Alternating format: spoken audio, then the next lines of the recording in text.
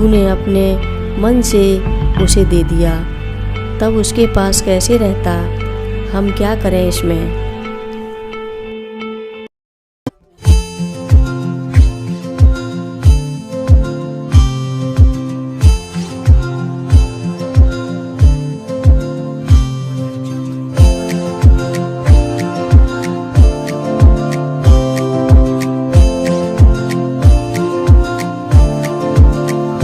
रक्षा सूत्र चैनल पर सभी भक्तों का स्वागत है। हम सभी भक्तों को महाराज जी की अद्भुत पावन कथाएं सुनाने जा रहे हैं। कृपया सभी भक्त ध्यान से सुने। महाराज जी द्वारा संतति दान, अनुष्ठान आदि, पुत्रेष्ट यज्ञ आदि द्वारा अथवा तपस्याओं द्वारा संतान प्राप्ति के अनेक दृष्टांत हैं। हमारी पौराणिक कथाओं में, राम कथा में ऐसे ही एक यज्ञ के उपरांत राजा दशरथ को 4 पुत्रों की प्राप्ति हुई थी, परंतु एकादश रुद्रा अवतार बाबा जी महाराज ने न मालूम कितने संतानहीनों को प्रत्यक्ष अप्रत्यक्ष रूप में संतति प्राप्ति करा दी। ऐसे जप तप यज्ञ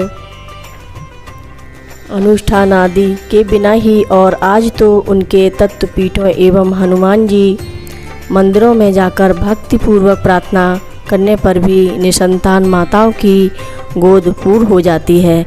उत्पन्न होने पर भी संतान के न बच पाने पर बाबा जी महाराज के आशीर्वाद से आर्त लोगों को इस अभिशाप से मुक्ति मिलती रही है।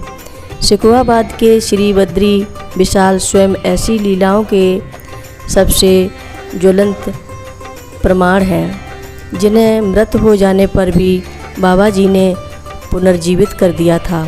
नीम करौरी में निसंतान वैश्य दंपति की गोद में पुत्र श्री राम सेवक को लाकर बिठा दिया, केवल एक कुआं खुदवा देने का बहाना बनकर। एक दिन भाव में आकर सुबह के समय ही मैंने सरकार के श्री चरणों में कुछ द्रव्य अर्पण कर दिया। प्रसाद वितरण हेतु जिसे दादा को बुलाकर बाबा जी ने उन्हें सौंपते हुए विनोद में कहा, चलो दादा, आज खूब प्रसाद बटेगा। सुनकर मन में अत्यंत ग्लानि हो उठी कि उतने न्यून द्रव्य से खूब प्रसाद क्यों कर बट पाएगा। उस दिन ऑफिस से जल्दी आकर जो सीधा बाबा जी के पास गया तो फाटक से ही देखा कि लोग दोनों हथेलियों में भरकर प्रसाद ले जा रहे हैं। आत्म तृप्ति से सराबोर की मेरा प्रसाद बट रहा है। मैं जब भीतर गया तो 8-10 लोग और भी खड़े थे, हथेलियों में प्रसाद समेटे तथा अन्य कुछ और भी पा रहे थे। भरपूर प्रसाद मेरे अल्प द्रव्य से इतना प्रसाद भी घट घट के जाननिहार बाबा जी ने मुझसे डांट कर कहा, खड़े खड़े क्या देख रहे हो? दादाजी की मदद क्यों नहीं करते प्रसाद बांटने में? दादाजी के पास मेज के पीछे पहुंचा तो देखा वहाँ 2 टोकरों में ढेर सा प्रसाद रखा है। अपने होश में आ गया तब मैं।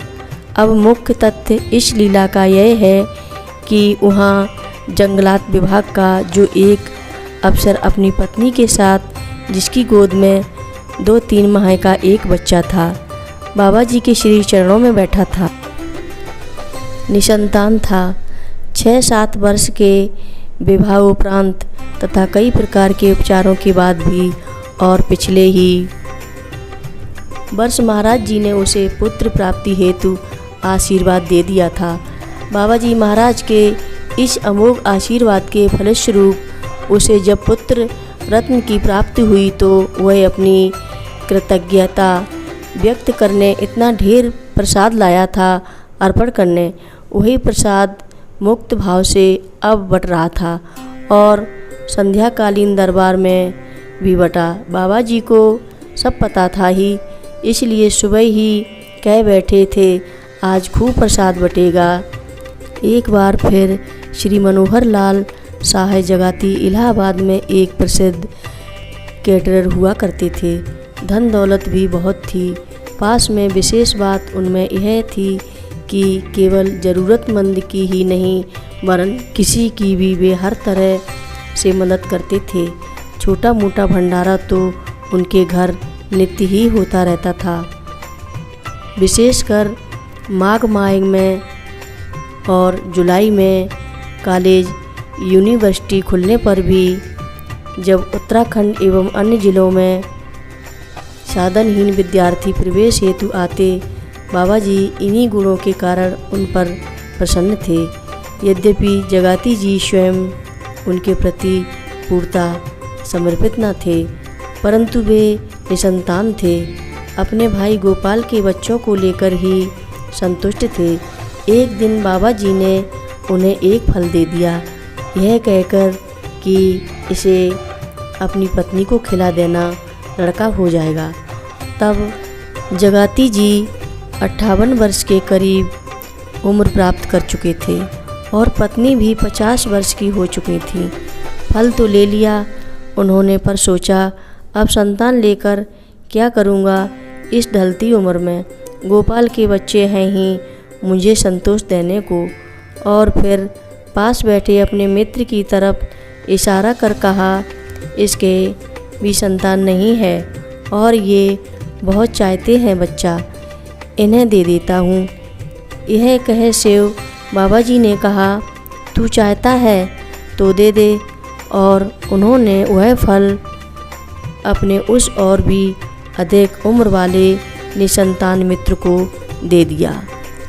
शायद विश्वास की भी कमी ही होगी उनमें, परंतु वह तो महाराज जी का अमोघ आशीर्वाद था। साल भर के भीतर उस वृद्ध दंपति को पुत्र प्राप्त हो गया, किंतु 1.25 वर्ष की आयु पाने के बाद वह पुत्र जाता रहा। अब तो वह मित्र और भी दुखी हो गया कि इससे तो अच्छे निसंतान ही थे। बाबा जी के पुनः आने पर जगाती जी ने उनसे शिकायत की कि वाह महाराज, ऐसा फल दिया कि मेरा मित्र और भी दुखी हो गया। तब बाबा जी ने केवल इतना कहा, वह फल तो तेरे लिए था, तेरे मित्र के लिए नहीं। तूने अपने मन से उसे दे दिया, तब उसके पास कैसे रहता। हम क्या करें इसमें। हर रोज़ बाबा जी की कथाएं सुनने के लिए रक्षा सूत्र चैनल को अवश्य सब्सक्राइब करें, शेयर करें और लाइक करें। कमेंट बॉक्स में लिखकर भेजें, नीम करोरी बाबा जी महाराज जी की लीलाएं अपरंपार हैं, वो दुनिया से परे हैं। बोलो नीम करोरी बाबा जी महाराज की जय बोलो।